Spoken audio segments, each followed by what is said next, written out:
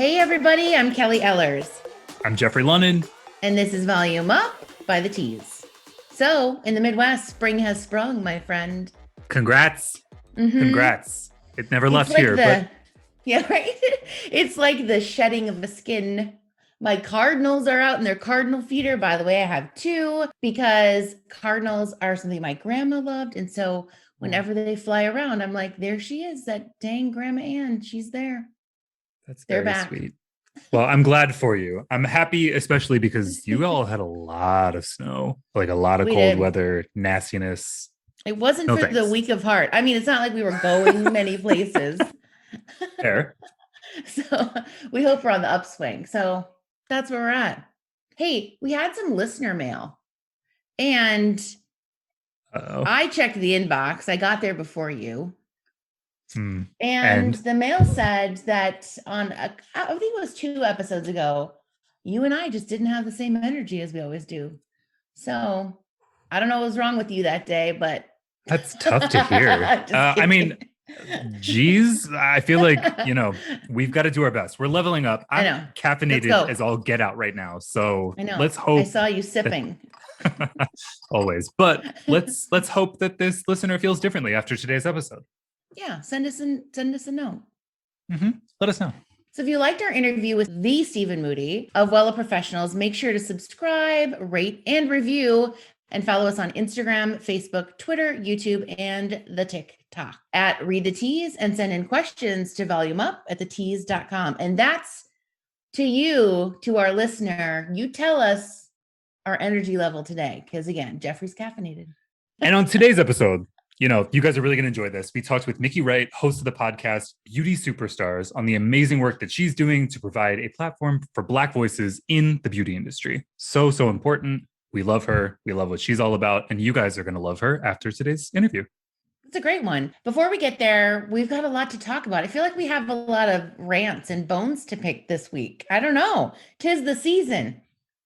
Why not? Right? 2021. Let's let her rip. Kelly, what's up first for you? Okay, so we're in award show season, and I know that like the Grammys was like partially distanced and people here and there. And then before, some of them are at home. So if you're at home for the awards show, here is my question. Do you dress up or do you just pull the hoodie pandemic mode? Like, what are you doing? Like, you got to dress up. You got to do it for the show, right? Like, I guess. we want fantasy. No, I want escapism. I don't want to see you in your like sweats. Jason Sudeikis, like, level up. No. And you know what? I looked at that hoodie because everyone's like, what was his hoodie? And it was like his sister's fitness studio. And that stuff was sold out in like minutes, they said, which, of course. I mean, hey, she had to be happy about it. Yeah. I mean, I guess if you're going to do it that way and you're like plugging somebody, then I'm aligned to that. But he's not in a good way, with the whole Harry Styles thing. And so maybe all he could do was pull it together with the hoodie. I mean, it's entirely possible. It did not look like he expected to win. No. So that would probably explain the hoodie. But no, I'm all about like dress like Zendaya has been doing a lot of stuff from home. Like, she's bringing it. Like, come on. Like, just match. Go in the backyard. Match the Take room. A picture. You're good. Okay, speaking of Harry Styles on the Grammys, I love that his look was inspired by Clueless, the movie. Did you catch that on the internet? I mean, I saw lots of stuff about Harry Styles on the internet post this, but yeah, I did. And the bow was incredible. Custom leather Gucci, like, come on. It was it was beautiful. Big truly. Fan. I mean, and if you're not, you're listening to the wrong podcast, damn it. Yeah, get out of here. Oh no, just kidding. We'll take all opinions.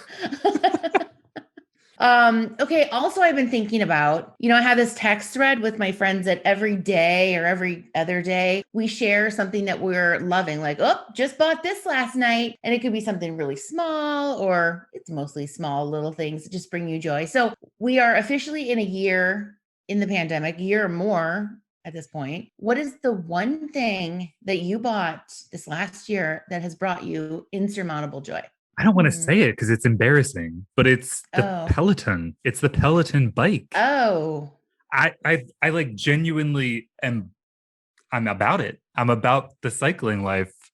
Okay, who's your instructor? Who's your go-to? Hannah Frankson. Okay.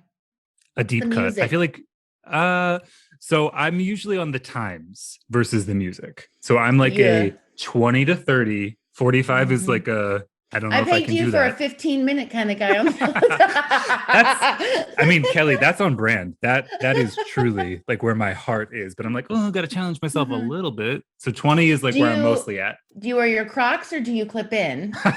No, I clip in with terribly unfortunate Trepidation. Amazon.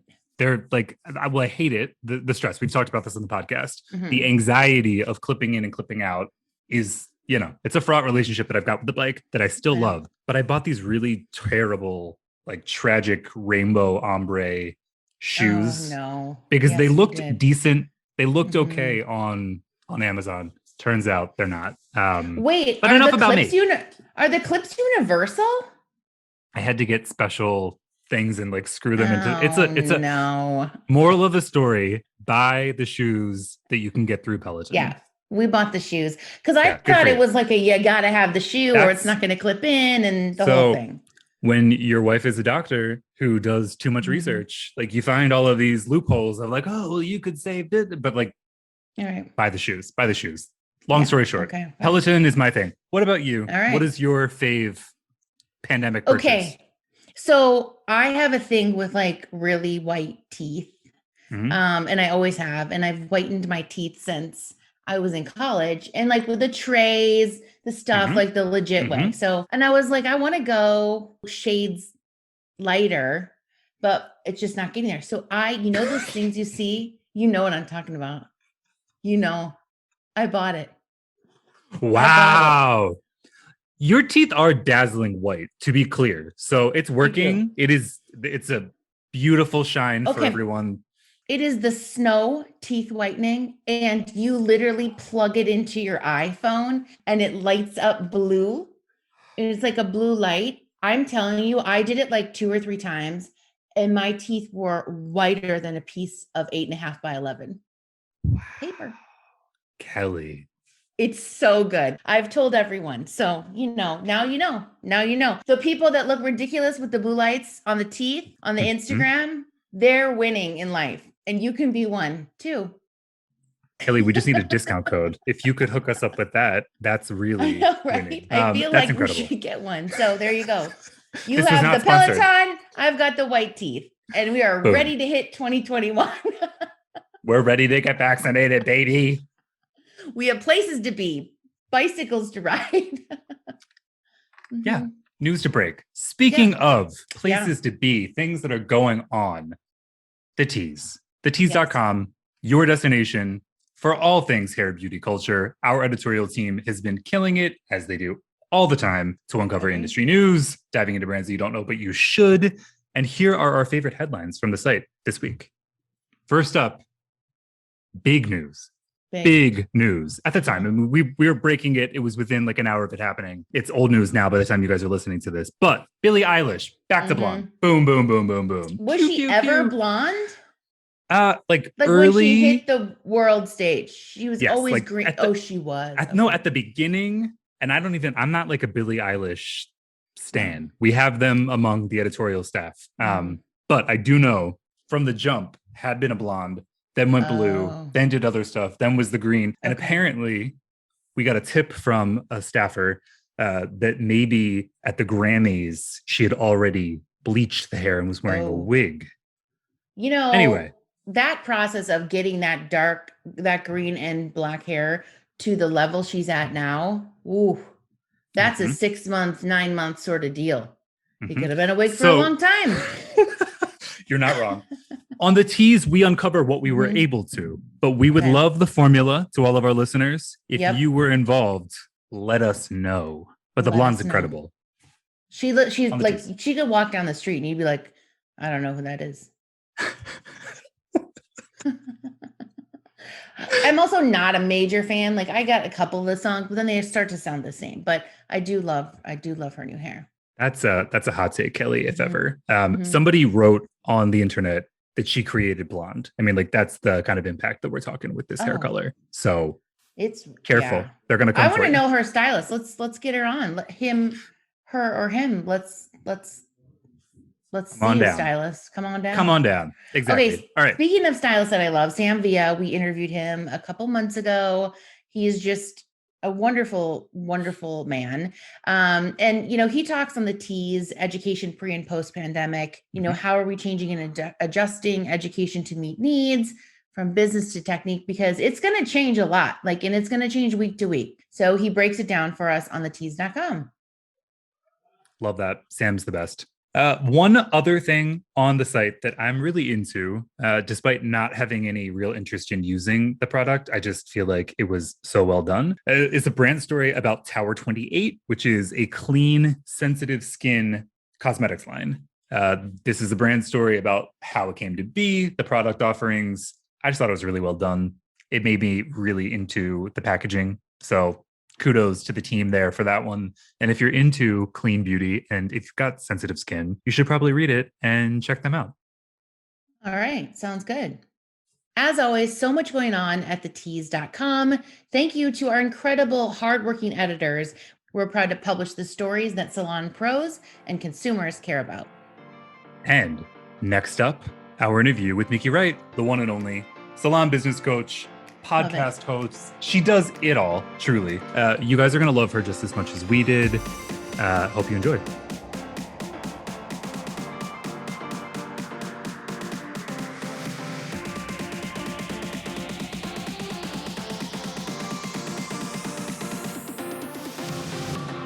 Miki is a stylist, salon owner, business coach, and now podcaster. She's been recognized and featured in many publications, including on TheTease.com. Her podcast, Beauty Superstars, features Black beauty bosses each week to tell their stories and to better support the salon professional community. Today, we are joined by Miki Wright. Miki, how's it going? Going great, Jeffrey. Amazing. Thank you so much for joining us. We're going to talk to you about a million different things. But the first thing that we want to get started with is what we ask everybody, which is, how did you get started in beauty? Well, it's an interesting story because I grew up around it. My mom's a hairstylist, and she went to school actually when I was about 6 weeks old. And then after she had my second sister, my sister that's next to me, it's like she stopped for a while and went back when I was about 12. And I was, a model sitting under the dryer with rollers in my high chair. A story we know very well. But I really never thought about going into the industry. When I was a teen, I would go with her to some of the hair shows. We'd go to.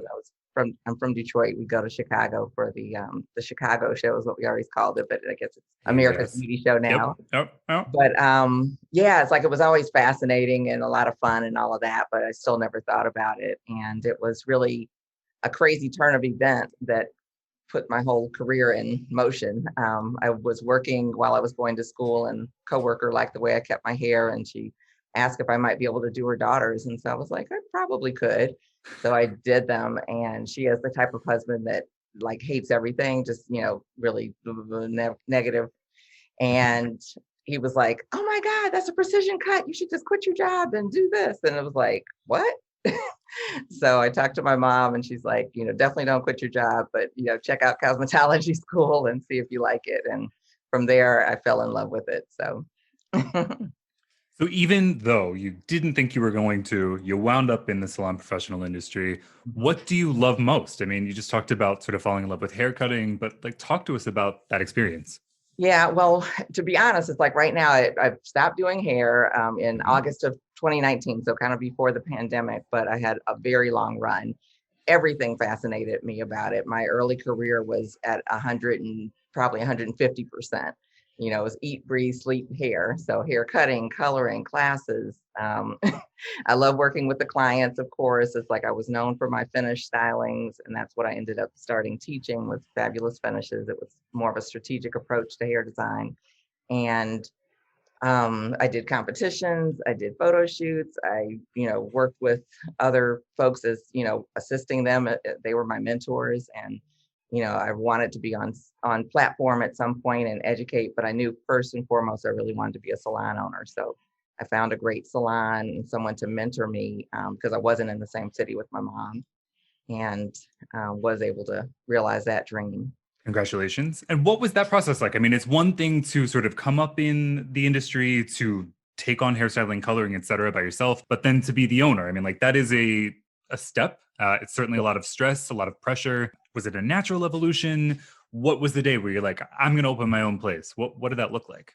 Well, I guess I knew in school that I wanted to open my own salon. I knew that I wasn't ready to open my own salon. Mhm. And that was why I really took my time to find a mentor who would help me to get ready to be able Mhm. to go through that process. I had watched my mom, and she had, I mean, tons of things that I've learned from, and with probably without even knowing I was learning. But I That's kind. did have a mentor that I worked with for about 2 years through my early struggles as getting started as a stylist. That was really tough. And he's just this iconic role model. It's like, really, when I was interviewing at different places, everyone was like, well, I started with Salih. And I was like, who is this guy? How do you spell his name? And he was responsible for about the top 10 salons in the area had started with him. And so he taught me a lot. And then the salon that I moved to next had a female owner, a husband and wife team, but she was fantastic. The operation was, just, high end, and in an area where we were like the only Black salon, and the talent that came out of there. Some of you guys may know Shirley Gordon. It's like we were co-workers there. And everyone was at that same level, and actually in both places. So I really had a lot of great people around me to help learn, and when I first went in, I was just like, okay, who can I assist? I don't have any clients, so who can I assist? And so that was a lot of preparing me for it. And I knew that I wanted to do it. And so I think it was about 3 to 4 years into my career was when I opened the salon.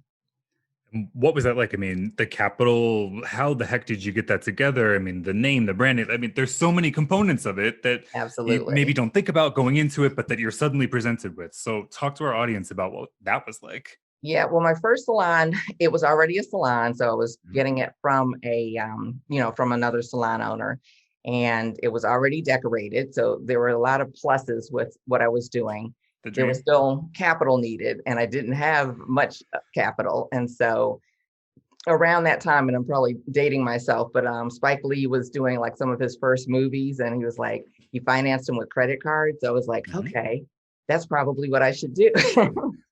And so that was kind of what I did. And, of course, I tried to keep everything as low as possible and keep the debt down. But it was a big help because I was young, Black, female, and going into a bank was pretty much not an option. Unfortunately, things are improving. Still room for improvement, but yeah, I mean, the hustle's real. So, and Yeah. congratulations. I mean, you talked about this briefly in terms of your wanting to have a platform. You Mm, have the platform now. So you've transitioned from styling and from being the salon owner to being a business coach specifically for the salon professional industry. right. How did that come about? And you talked about mentorship.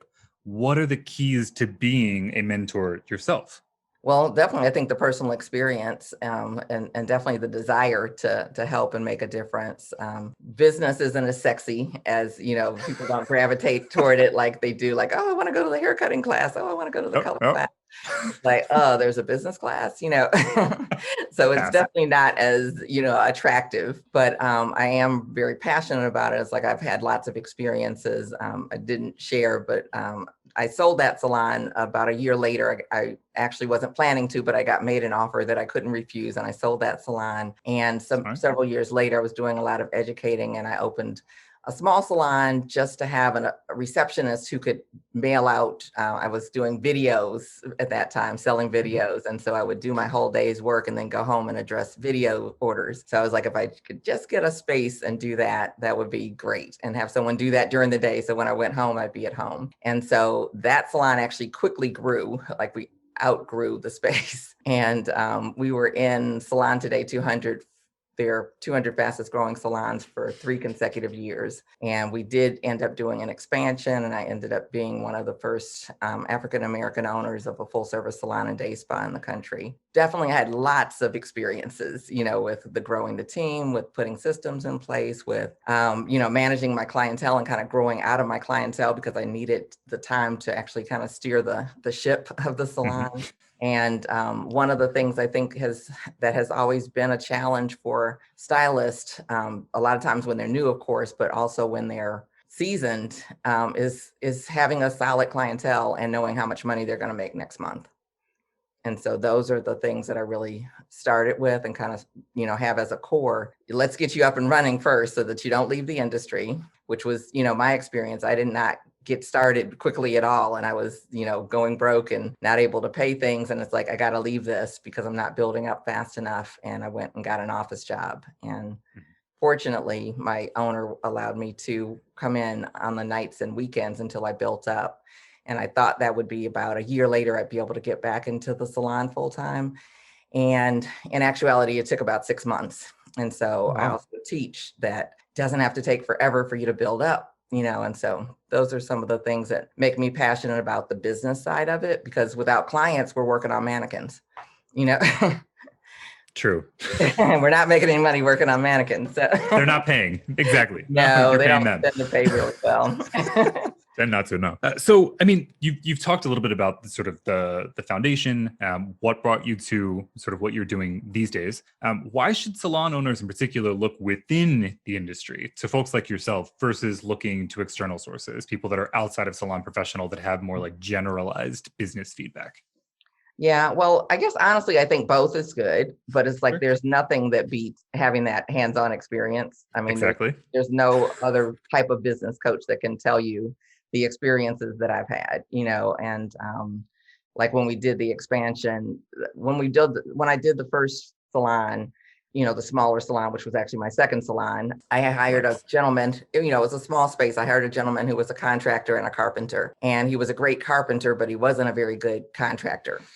And so I was like, I could do this, And so when we did the expansion, I was actually my own general contractor. So I learned about construction and bringing things in on budget, on time, all of those things. And you may be able to do it in other industries, but having all those different pieces in place and making sure that you have what you need to really have an effective, efficient salon is a whole nother ball game sometimes. I'm just in shock about the idea of you taking on that general contractor role. Like, not surprised based on what you've explained in terms of your trajectory and knowing about you, but that's amazing.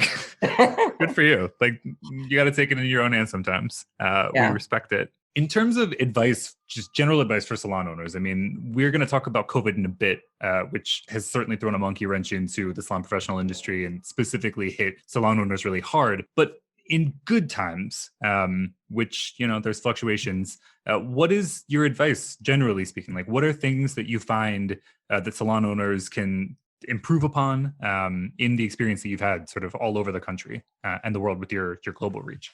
Yeah, I think there's so many, actually. One is really just kind of being prepared, having that mentor, learning from someone who's already been there, hiring a coach, someone who's been there so that you don't spin your wheels or spend so long trying to get up and running. And particularly if you're opening a salon, like I was saying with, going in and actually having to build and demolish and do some build out, have someone to guide you through that, pay them whatever it costs, because like if you have one delay, that's going to cost you thousands of dollars. If you can't open for 60 days because of one little thing that you missed, how much is that going to cost you? And so thinking about those things, systems are another place. And I guess probably the biggest starting point for me would be definitely having clients, having a marketing plan so that you can get more clients, because we think everybody's going to follow us, but that's not always the case. And sometimes, I know we have the looky-loos where it's like, oh, I'm just going to go over there and check it out and go back and tell all my friends. But but I'm not necessarily planning to go and stay with her or him, and so, having a marketing plan so that you can get more clients, and the numbers, it's like we're not in touch with our numbers. I've been, talking and teaching for a long time. And I ask, how many of you guys know what you're going to make next month? And most of the time there's just a handful of hands that might go up. There's a lot of I hopes and I think and maybe, and it's like, the bills are definitely coming. So it's like we need to make sure we create plans, and that's through, tracking and seeing where we are, seeing what we need to grow, what areas we need to grow in. And I find now, of course, people have a lot of the data on their salon software, on their scheduling software, where it's accessible. But when I ask them to grab it, they don't even know what I'm talking about. And so we're still disconnected from our numbers and what we need to know in order to actually run our business. So, I mean, let's talk a little bit about COVID. And COVID has Sure. highlighted a lot of the issues that salon professionals have experienced. I mean, it's brought them to light in a way that maybe it was sort of, as you talked about, people don't want to admit to it. They're not really sure. But there are large, widespread problems that we're seeing. And particularly as regards projection. I mean, people opening, closing, opening, can't do this, all of the restrictions Right. has really hampered their ability to support themselves, which is a shame. So, I mean, what are your thoughts on what salon owners can do during this ongoing pandemic with sort of the threat of reinfection, et cetera? And then how can individual salon pros, whether they're independent or working with a salon, prepare themselves for, the inevitable of this uncertainty? Right, right. Yeah, it's like definitely COVID threw a wrench in everything, Hmm. basically. And so I would say a couple of things with where we go, from here in a sense, again, knowing our numbers so that we can know if we're pricing right, so that we can know that we can put away some money. Not only Hmm. do we know what we're going to make next month, but that there's going to be some that we can put to the side, because that definitely, was one of those things. I call it run and gun. It's like we've been running gun for so long where it's just like, okay, next. Client sits down, client gets up, and we're just cranking. And it's like, okay, and if I spend all that money tonight, then I'm going back tomorrow and I'm going to get some Hmm. more. And so it's like thinking like, wait a minute, it's like when the train stopped, Exactly. what was it, like musical chairs, where it's like there's one less chair than, it's like, Exactly. Right. wait a minute, something is really wrong. And so just really, getting a handle on those things. And those were things that people were like, oh, how do you do this again? What were you talking about? And so that's, I think, definitely one of the things. I think with retail, I did a whole series on Beauty Superstars Talk on what we need to do to retail, because that has been a savior for so many people. But as a whole, we still resist it. We don't want to talk to our clients about it. We, don't do it. And it's something that you can do whether you're touching your client or not. And they're needing products. One of my coaching clients is a fairly nice sized salon, and looking at the retail, I'm like, okay, we're going to look at the percentage of your clients that are purchasing retail in your salon. And it was about 10%. And they're mainly a color salon. So, people need color treated products. They need products, period. It's like, how many of your clients do you think are buying, shampoo and conditioner and all those types of things before they come back and see you in 6 weeks? Oh, 100%. So where are the other 90% Yeah. going? What are they doing?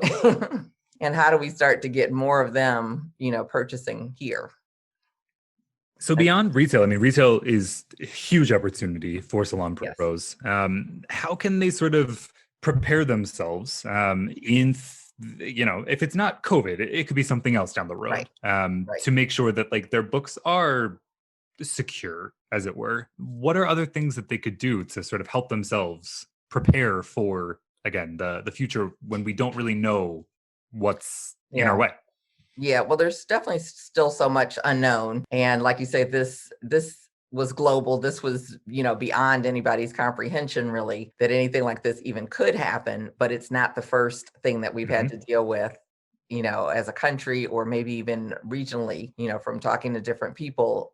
There's always going to be something. Looking at ways that you can potentially make money online, which includes the retail, because you Hmm. can ship to people all over the country, at least, if not all over the world. And online, if you're interested in education and that type of thing, there's applications that can help you get set up to do that, to offer education. There's client consultations, which, depending on whatever your specialty is, you could consult with people that don't necessarily end up in your chair because they're in a Hmm. different area or region. And with the consultations, and even with our spaces, it's like there's things we can do, because it's like the government has said you can't do hair, but it doesn't say it can't be a pickup center for other things. And I encourage people to get, some of the PPE that they may have exposure to or access to that their clients may not, or that it may be a tougher thing. It's like, I've got to go to Walmart, or I've got to go to Target, and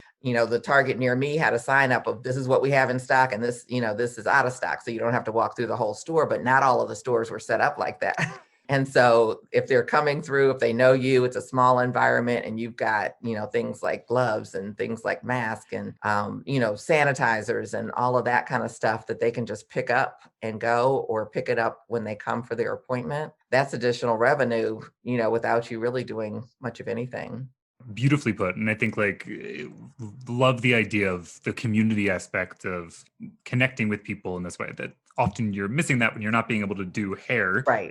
But you could do these things, which are, another way to get in touch with your clients. So, I mean, you talked that there were some pivots in your career pre-COVID. COVID has, as you said, and as I've said, thrown a monkey wrench at all of us. It has upended everything that we knew to be the true. Right. So in the process, from business coaching, you went into podcasting, which we are super excited about. So talk to us about Black Beauty Bosses and the goals, your guests. Talk to us about the whole thing. It's really cool. It's like, I've kind of always enjoyed doing interviews, and I used to do some when I first started Beauty Superstars. And so I hadn't, I kind of thought about it through the years or what have you. But then when the murder of George Floyd took place, it was, I guess, personally devastating. I was so sad and so mad, kind of all at the same time, that I didn't have words. I didn't have a way of expressing what I was experiencing. And so I really did nothing for a while. I was really quiet. I wasn't on social media too much. And I had been previously part of a project that was starting up with Ted Gibson with Worth Up. And we were just having some conversations, about that, it's like everything that happened after George Floyd in terms of the racial tensions in the country really spilled into the industry pretty quickly. In a big way. Mm-hmm. Yeah. And so we were having some conversations kind of in that little window. And he was very upset. I was very upset. And so I was like, we need to talk about it. We need to talk to the industry about it and just, be really real. And then in the meantime, all of these other things started coming out. They had the blackout day.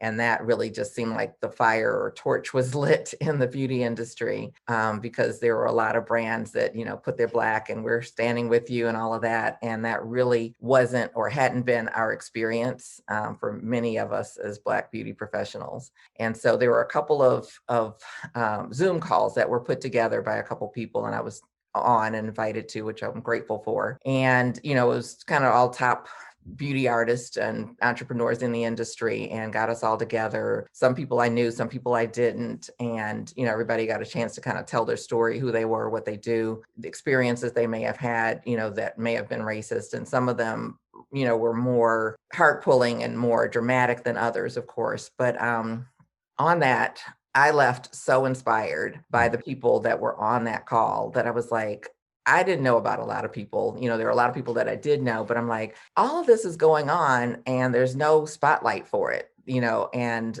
there has to be, like, these stories have to be shared, have to be told. And so I pretty much immediately pivoted my platform to be able to provide a safe space for Black artists and entrepreneurs to be able to share their stories. And because I want to know, not necessarily, what happened to you in terms of race or what have you, but how did you get where you are? Despite any barriers, despite any, obstacles, you still are at the top of your game, and you're, jumping over hoops, raising the bar, living in excellence daily, and there's no recognition.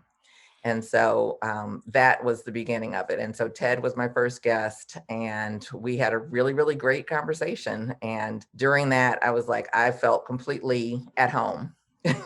Like, this is what I want to do. This is what I need to do. And so I think that was like the only week. I think I skipped a week or so because I hadn't planned to expand it. But then I just started getting together people. It's like, let's talk about different parts of the industry. And Roderick, I think, was my second guest. And we talked about, what's going on in terms of diversity. And it's like, he's in the school arena as well as being a national educator, and had some great perspectives as a Black man as well. And then hair color, it's like I actually met Jessica Kidd through Instagram. and I was like, I just saw her post. I love the way she was curating her page, and it's called Black Colorists Matter. And I was like, and she had already been doing it way prior to this. But I was like, we've got to talk about this because the colorist game in the Black community has been raised so high. So as you can see, I get a little passionate. I've probably gone past and beyond what you're as we should. I mean, I think that what we are so happy about is that you are doing this. I mean, it is high time for us to talk about the talent beyond the sort of traditional, very narrow scope that the industry has been focusing on. And I mean, there's more than enough room for everyone. We love the mission, we love the guests, and we should be excited. These are stories that should be told.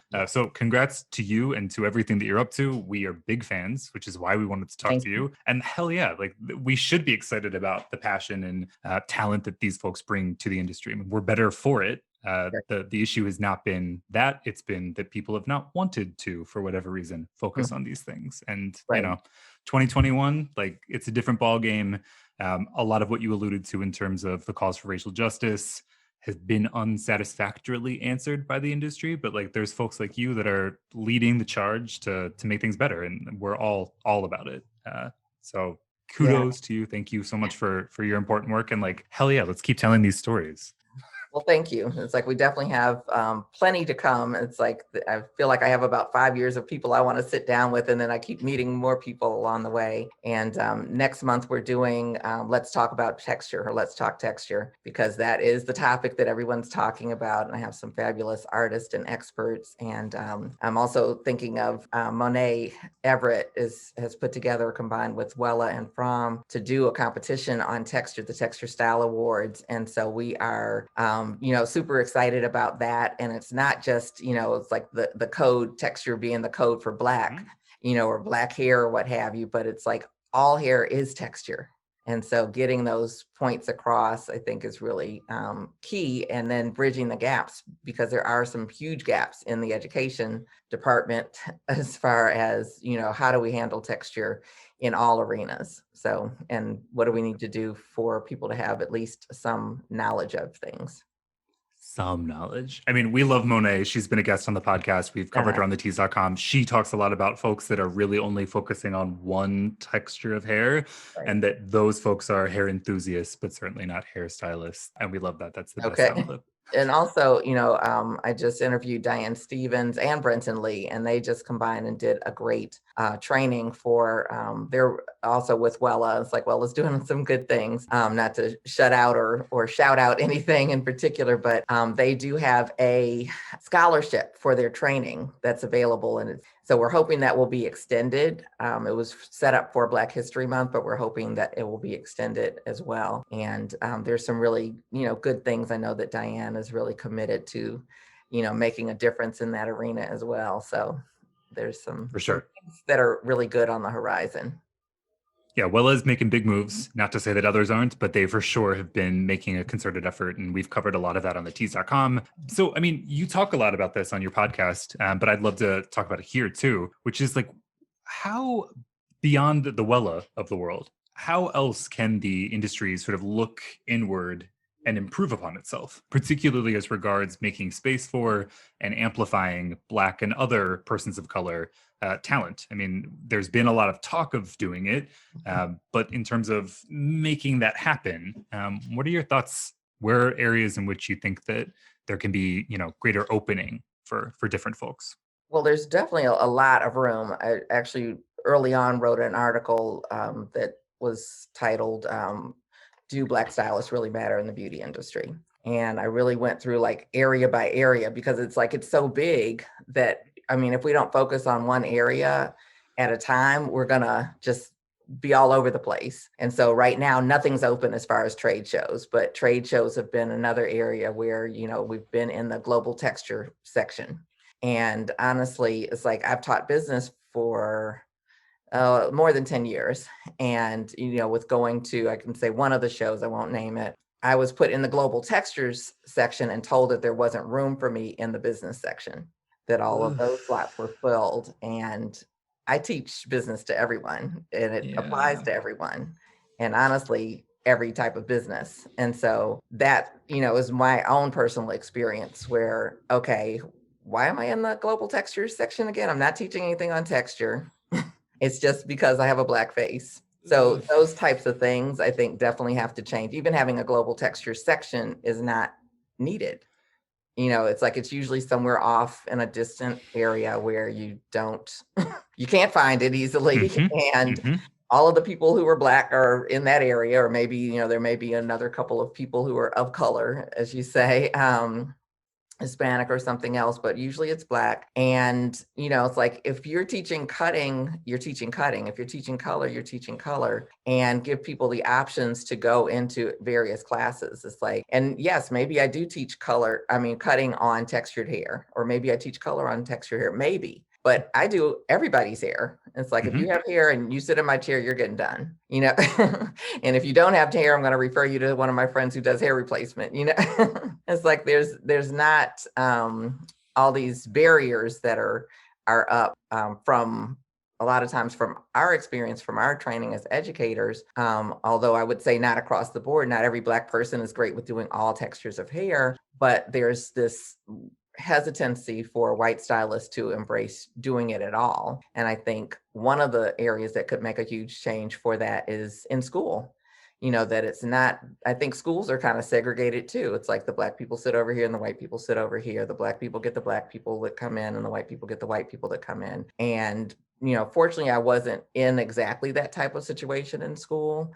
And I was able to do all textures of hair, which is what I wanted to do. I wanted to learn everything. And there was a guy that was in school, and we'd have this argument who was the best, but I was like, I'd always top it off with like, well, I am the best because I can do both and you can't.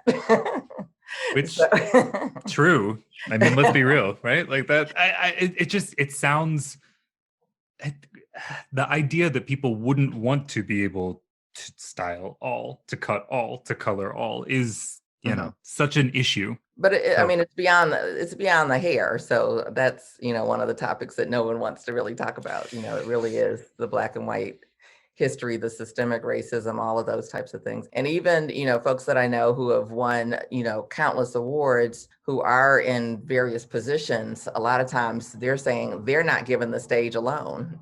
So if there's a main stage, it's like there has to be someone else that's on the stage with them, because, who's gonna, I guess, come to see, or how would they carry, the stage by themselves type of thing, or that there's just this feeling like someone has to be there. Well, with any luck, we're going to be seeing this momentum of demanding change actually result in meaningful change. And I mean, it's going to be because of folks like you who are really trying to hold people accountable. And we thank you for it. And we are also there in the trenches with you to make this happen, because there's so much room for improvement. Let's do the damn thing already. Like it's high time. But there's a lack of understanding. And so I think we have to acknowledge that a lot of the people who are in these various decision maker positions really don't understand it, like literally don't, because it's not in their wheelhouse. It's not in their world. And so everything else is kind of auxiliary to that. And so there have been some that say, we don't understand it, but we want to see what we could do to understand it. And so hopefully that will continue, but we can't, I think, there is, this saying I see going around. It's like, that it's a problem, that white people have, that we should not have to keep explaining. But, basically before George Floyd, which is kind of hard to say because there were so many people who were killed needlessly before him. But when everything erupted, it was just kind of like, oh, is there a problem? And so how are we going to ask the people who didn't even know there was a problem to fix the problem? Sadly and beautifully put. Unfortunately, to that point, I mean, how the hell do we then get folks that don't understand, that don't get it, to get it? I mean, we're on your side insofar as we understand that this is a huge problem. As you said, the situation with George Floyd, tragic, obviously. Unfortunately, there were many more instances before then, which also demanded change that didn't result in the same sort of reaction that we saw post his death. How do you think that we can then, beyond like you having your podcast, you talking with us and trying to get this out there, how do we get people to understand that this is a huge problem then that needs to be addressed? Yeah, I mean, I think it's having the communication, sitting down and having conversations. And, it's like, of course, a lot of things go into, the money and that type of thing. And it's like right now, it's like we spend at least, from a Black community standpoint, about 2 to 1. And so there is some accountability that's needed, if nothing else.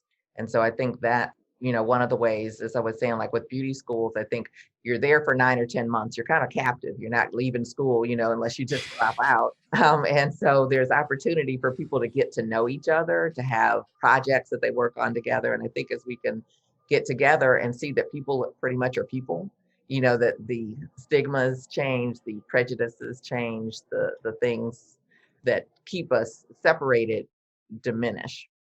They probably won't ever be erased, and nor, should they. I mean, there's great culture in all of us, but I think getting to know people on a people basis is, I think, the answer. Well put. Again, I think we could talk about this forever, and increasingly, I think we ought to be everybody, again, to keep this change moving. In the interest of time, we're going to wrap this section of it. We're going to go into our quick takes, which is sort of how we wrap every single one of our podcasts. We are so incredibly thankful of you having joined us today, talking about your expertise, talking about your experience with the industry. We want to make sure that you were able to plug everything before we start to wrap. So, Miki, where the heck can everybody find you? On social, the websites? We want to drop everything in the show notes, so let her rip. Okay, well, thank you so much. I appreciate the opportunity to be here and to speak so candidly with you. So, and I love TheTease. So thanks, and keep up the great work. The editors will love that. Thank you. Okay. People can find me. My name is Miki. It's Miki.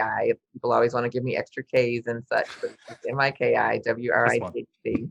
And so just one. I can be found online on Instagram at Miki Wright, on Twitter, Miki Wright, on YouTube at Miki Wright. And that's where all of my podcast visuals, all of the videos are housed there. And Beauty Superstars with an S on the end is my website, and also launching and everything. So you'll be able to find me at MikiWright.com as well. And we'll have some things that are coming up. Always continuing to have the conversations and have the themes. So we've got some really great ones coming up for Beauty Superstars Talk. And I did a segment on Black hair history. And so I'm going to be finding space to be able to, for those to live somewhere. But they're on Instagram right now. We're considering doing like t-shirts or something, maybe even more substantial, to be able to preserve some of that history. Amazing. We love to see it. We're big fans. We will link to everything in the show notes, so don't you guys sleep on that. Check out those links. Miki, before we wrap, our quick takes. So these are the same questions we ask of all of our guests. Some of them are more fun than others. We want your immediate reaction to it. Try not to think on it for too long. The first up, bar soap or body wash? Body wash. Okay. Anything specific?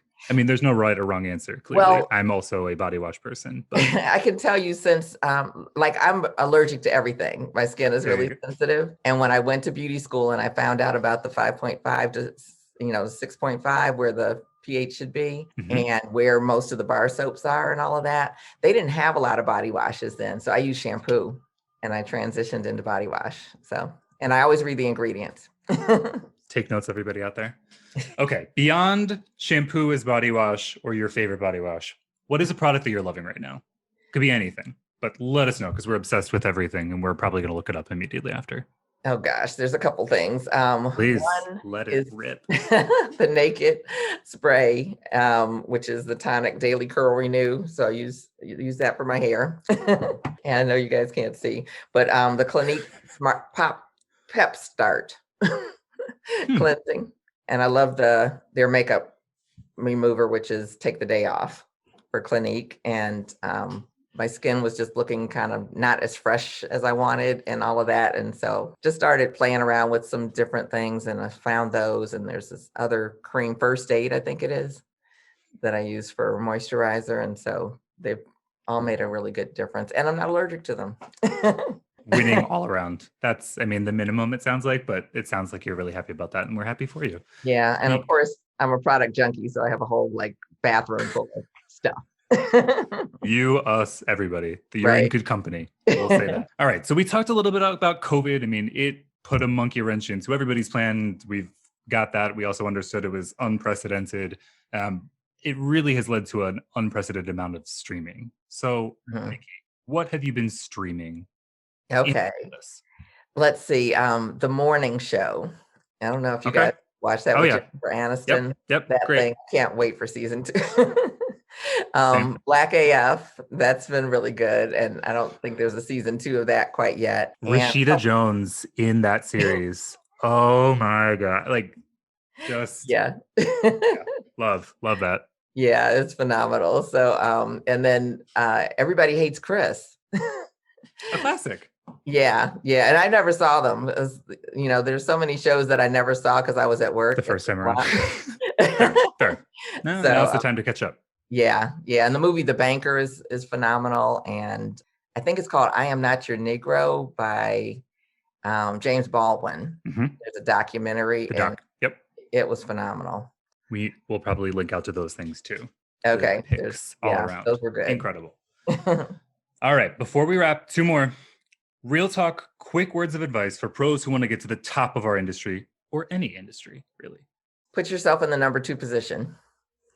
Be willing to do whatever you need to do.